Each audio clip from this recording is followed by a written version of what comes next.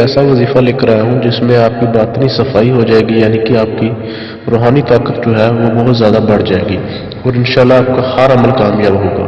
مجھ سے کئی دوستوں نے کمنٹ میں اور میسیج کر کے پوچھا کہ سر کوئی ایسا عمل بتائیں جس سے ہماری روحانی طاقت جو ہے وہ زیادہ ہو جائے۔ تو دوستو اس کے لیے آپ نے کرنا یہ ہے کہ جو کوئی یہ چاہتا ہو کہ اس کا باطن پاکیزہ ہو جائے اور اس کی روحانی طاقت بڑھ جائے، تو اس کو چاہیے کہ ہر فرض نماز کے بعد کسی بھی روز آپ نے یہ وظیفہ شروع کر دینا ہے۔ فرض نماز کے بعد 700 مرتبہ، ہر فرض نماز کے بعد 700 مرتبہ بسم اللہ الرحمن الرحیم مکمل پڑھنی ہے، بسم اللہ الرحمن الرحیم اس طرح۔